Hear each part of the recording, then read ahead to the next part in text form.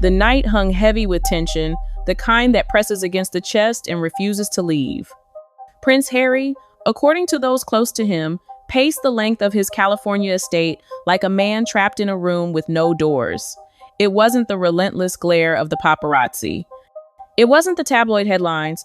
It wasn't even the endless social media speculation that usually kept his every move under a microscope. This, allegedly, was different. This was private, intimate, and utterly terrifying.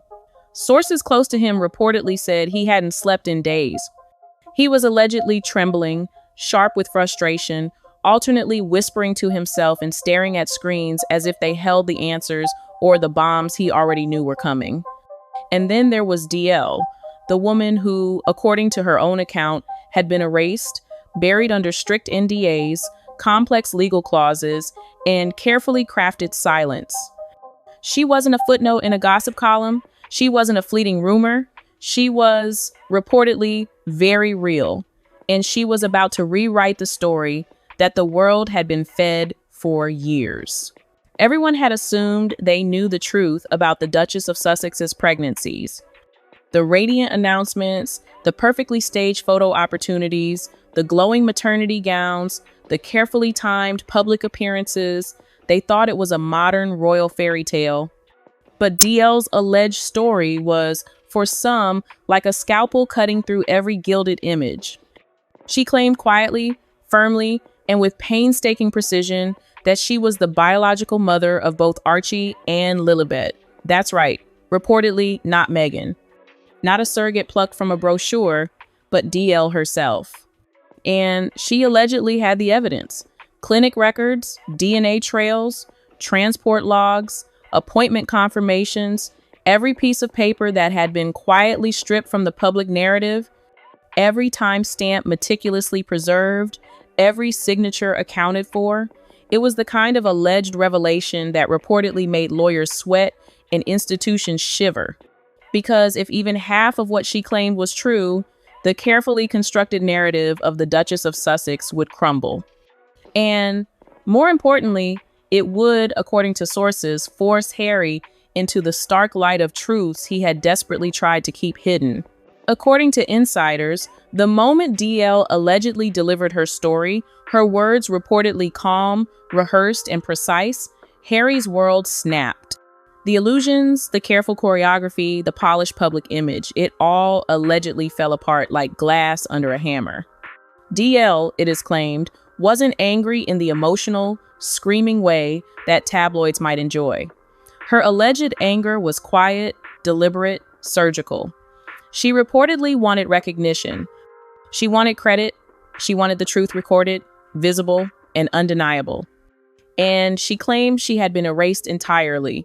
No acknowledgement of her role, no final payment, no post-birth care, no inclusion in the story. According to her account, the children were allegedly taken from her, and the narrative was rewritten to ensure her absence. Harry reportedly collapsed when he first realized the magnitude of what DL was asserting. The truth, long hidden, was now allegedly staring him in the face. Every carefully curated interview, every magazine feature, every public photo, suddenly they all, according to sources, felt like theater. They felt like a cover-up of what had really happened. Friends reportedly say Harry cried, not just tears, but the kind of raw, jagged grief that leaves a man shaking.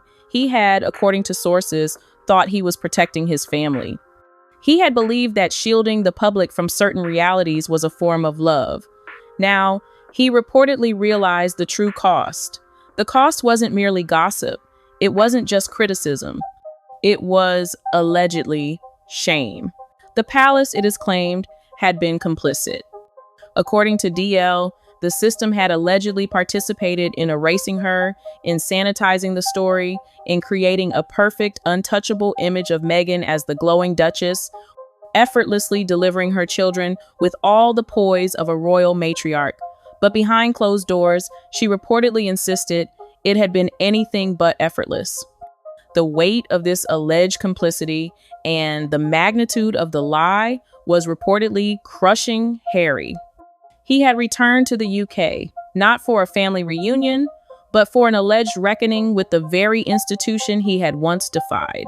The emergence of DL from the shadows reportedly marked the true turning point in this saga. The woman referred to only as DL in some reports allegedly provided a meticulous account of her involvement, claiming she was not merely a surrogate, but the biological mother of both Archie and Lilibet. According to her statements, she had amassed substantial evidence to back her claims, including clinic records, DNA trails, travel logs, and appointment confirmations. She reportedly asserted that every piece of paper, every timestamp, every signature that had been carefully removed from the public narrative had been meticulously preserved by her. DL's decision to speak was, according to sources, born out of a profound sense of injustice. She reportedly lived under stringent non-disclosure agreements, instructed to remain silent, hidden, and invisible to the public. She had allegedly been promised protection, generous compensation, distance, and a sense of finality. However, DL claims that none of these promises were fully honored.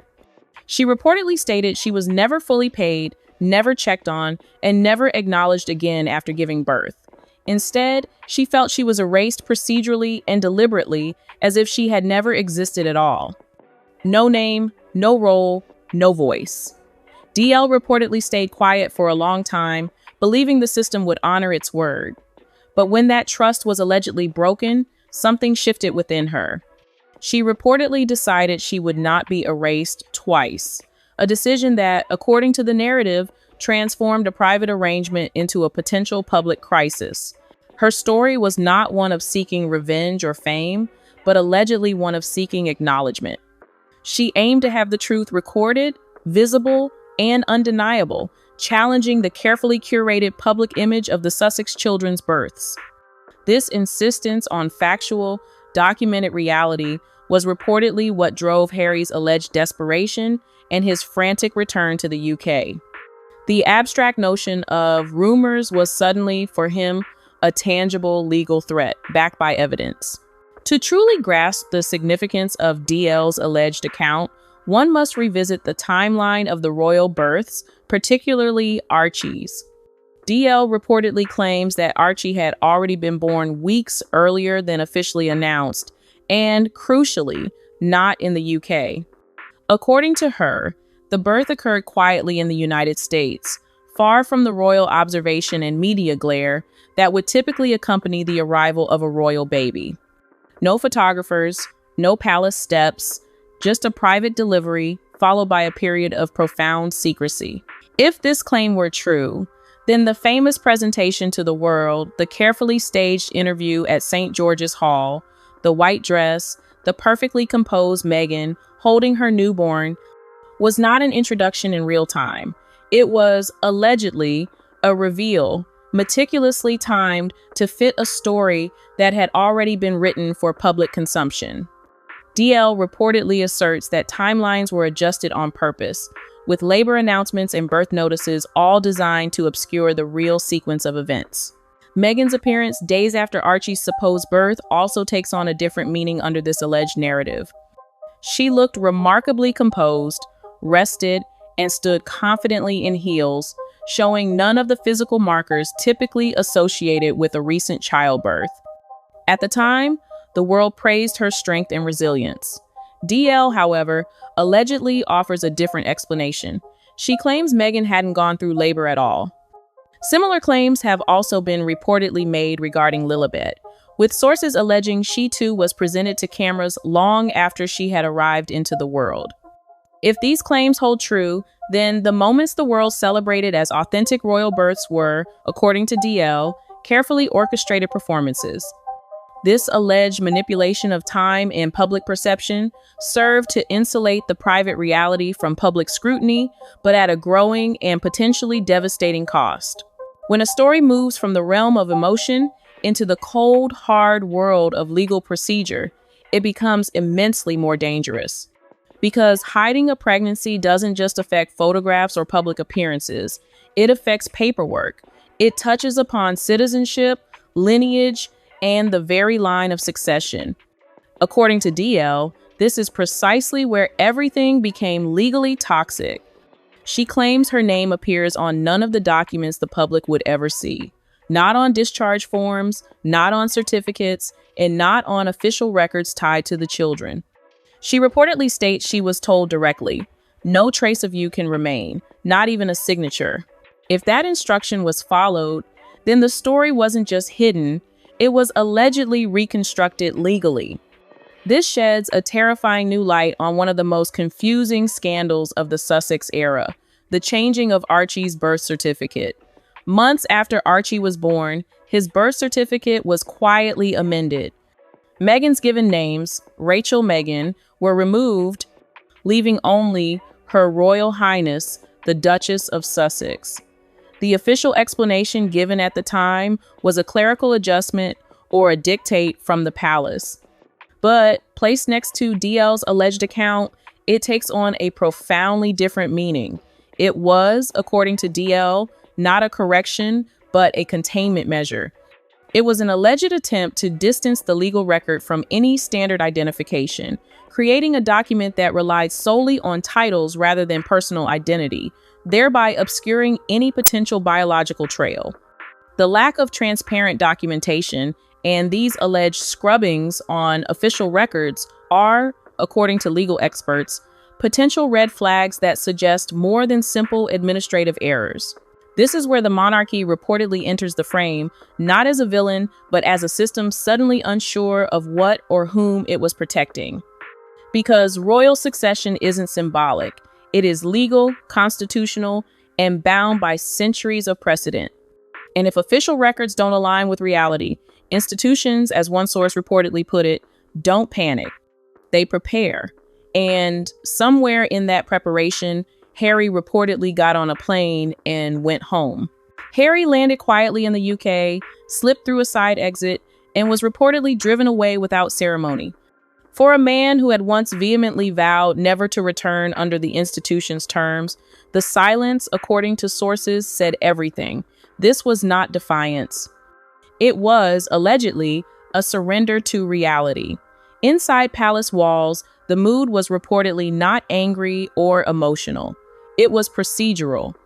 According to insiders, Harry was met not by senior royals ready for a heart-to-heart, but by lawyers. He was met with binders, thick ones, tables covered in documents, timelines, and questions that had nothing to do with public opinion and everything to do with risk. The monarchy, in this reported scenario, doesn't react emotionally. It audits. And Harry, for the first time in years, reportedly didn't resist. He sat, he listened, he answered. Those allegedly in the room say he didn't argue, he didn't defend, he didn't correct language or insist on framing. He just spoke slowly, carefully, as if each sentence was something he'd been rehearsing internally for years, but had never allowed to exist out loud. He reportedly told them what he knew. He told them what he believed. And most importantly, he allegedly told them what he didn't know. And that, according to sources, frightened him more than anything else. Because in this account, Harry reportedly admitted he never saw certain documents, never signed certain disclosures, never asked certain questions because he trusted that the people around him had handled it. He believed the narrative because it was presented as protection, not deception. That admission reportedly changed the tone in the room. This was no longer just a story about a rogue couple versus a rigid institution. It was about liability. It was about whether the monarchy itself had unknowingly inherited a narrative that didn't fully align with reality, and whether correcting it now would cause more damage than continuing the silence. That is the paradox powerful systems always face. Do you expose the truth and risk collapse, or do you contain the story and risk rot? While palace lawyers reportedly debated precedent and protocol, another clock was ticking. DL. In this storyline, DL allegedly didn't move impulsively. She didn't leak documents to tabloids or tease screenshots online. She assembled a team legal, medical, and media experts not for spectacle, but for protection. Her position was simple. She wasn't seeking revenge. She wasn't seeking fame. She was seeking acknowledgement. Because according to her, what hurt most wasn't the secrecy, it was the erasure. It was being written out of a story she physically carried, emotionally endured, and legally participated in, only to be treated as if she'd never existed. DL's team reportedly began quietly verifying documents, cross-referencing dates, confirming metadata, ensuring that if anything surfaced, it would surface cleanly. Not as rumor, not as accusation, but as record, and records, according to sources, change everything. According to this narrative, the palace became aware of DL's preparations weeks before the public did. That knowledge is what reportedly accelerated Harry's return. Because once documentation exists outside your control, strategy becomes urgency. Harry reportedly asked one question over and over. If this comes out, what happens to the children? It wasn't about titles or optics or headlines. It was about stability. Because regardless of how the story was constructed, Archie and Lilibet are real children with real futures. And in this account, Harry reportedly feared they would become collateral damage in a story they never chose. The advisors, according to sources, were blunt. Children don't suffer from truth. They suffer from chaos. And chaos was exactly what threatened to erupt. The problem, they reportedly explained, wasn't surrogacy itself. The monarchy in this universe could have navigated that quietly, legally, and compassionately if it had been disclosed properly. The issue was representation. If records had been shaped to fit a narrative rather than reality, then the system itself was exposed. That's why the palace's silence mattered. Not denial, not confusion, preparation. As DL prepared to speak, media speculation, according to the narrative, exploded. Old questions people once dismissed as gossip suddenly felt unfinished. Timelines, announcements, the absence of medical confirmation moments that once felt different but harmless now felt unresolved. And unresolved stories, sources note, don't stay quiet forever. In this narrative, Harry reportedly watched it all unfold from the inside, no longer reacting through press teams or lawyers, but as a man confronting the weight of his own choices. He had allegedly agreed to a version of events because he believed love required loyalty. He believed challenging the story would fracture his family. Instead, protecting the story fractured him. Friends say Harry barely slept during this time. He allegedly paced. He reportedly asked to see documents again and again, as if repetition might change meaning. He wasn't looking for villains. He was looking for clarity. And clarity, according to sources, is dangerous. Because once you see the full picture, you can't pretend you're still inside the frame. The most devastating moment, according to insiders, came when Harry asked whether correcting the record now would help or hurt the children in the long term. The answer wasn't comforting. There is no clean ending, one advisor reportedly told him. There is only the least damaging truth. It was at that moment, according to confidants, that Harry made a pivotal decision. He would no longer hide. He would no longer manage the narrative from behind closed doors. He would confront the truth openly, painfully, and without deflection. The first step, sources say, was reportedly calling Meghan. But the conversation, according to insiders, wasn't the one he had imagined. The Meghan he knew, the Meghan of the staged appearances and glossy interviews, was allegedly absent. What emerged was fear, confusion, and anger. According to insiders, she screamed, argued, and threatened legal action. But Harry reportedly remained calm, resolute. "I can't hide this anymore," he allegedly said. "We've done everything we could, but it's bigger than us now. Bigger than secrecy, bigger than reputation. This is about truth." Her initial silence was heavy, but then came the questions, the accusations. "Are you really going to let her say it?" she reportedly demanded. "Are you going to ruin everything we built?" "I have to," he reportedly replied. "For them, for the children, for myself." This was, according to sources, a turning point. For the first time in years, Harry was allegedly acting independently of public perception, advisors, or even Meghan's insistence on control. He had reportedly decided that the truth, whatever it was, had to be acknowledged. The morning air in Montecito reportedly felt heavy with tension, as if the world itself was holding its breath. Harry, according to friends, paced endlessly, replaying every choice, every conversation, every lie, and every silence.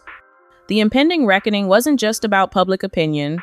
It was, reportedly, about legacy, lineage, and the children. DL's preparations for public disclosure were complete. Every document, email, and timestamped log was meticulously cross-checked and verified. Every piece of evidence was allegedly designed not to sensationalize, but to establish fact. When DL finally stepped in front of cameras, the response was immediate. She spoke calmly, clearly recounting the timelines of both pregnancies, the birth circumstances, and the ways she was allegedly removed from public acknowledgement. Her tone, measured yet powerful, carried a weight that left viewers stunned. "I am the biological mother of Archie and Lilibet," she reportedly stated simply. "I have the records, the clinic notes, the documentation to prove it. I am not seeking revenge. I am seeking recognition." The reactions were instantaneous. Analysts dissected every word, every pause, every inflection. Media outlets ran wall-to-wall coverage. Commentators speculated about the legal implications, constitutional ramifications, and the impact on the line of succession. Social media erupted with debates, support, outrage, and disbelief. Inside Montecito, Harry reportedly watched the live feed with a mixture of relief and dread. Relief that DL was speaking truthfully and factually, without dramatics or sensationalism. Dread for what would come next: scrutiny, legal inquiries, and the inevitable questions about Meghan's role.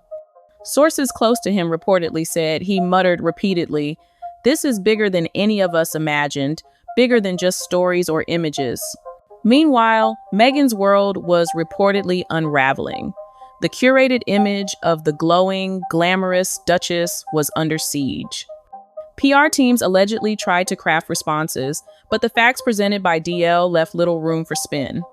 Insiders described frantic legal consultations, review of past statements, and attempts to anticipate every possible challenge that could arise from the documents now entering public consciousness. The constitutional stakes were high. Analysts emphasized that if the documentation verified DL's claims, the monarchy could face unprecedented scrutiny. Birth certificates, succession rights, and the protocols for royal children were bound by centuries of law, tradition, and procedural clarity.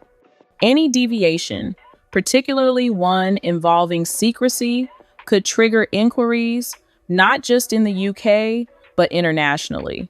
The integrity of the system itself was under question. Harry reportedly began to realize the magnitude of what was unfolding. Friends described long walks on the estate grounds, staring into the Pacific, contemplating every decision, every choice, and every lie that had led to this moment. "I thought I was protecting them," he reportedly told a confidant. "I didn't realize protection could look like erasure." The world had watched, gasped, and reacted, and the story was far from over. But for the first time, it was being told, not by carefully curated illusions, but by the echoes of reality. The curtain had fallen on a fairy tale, and the reverberations of truth, silence, and consequence, insiders insist, would linger forever.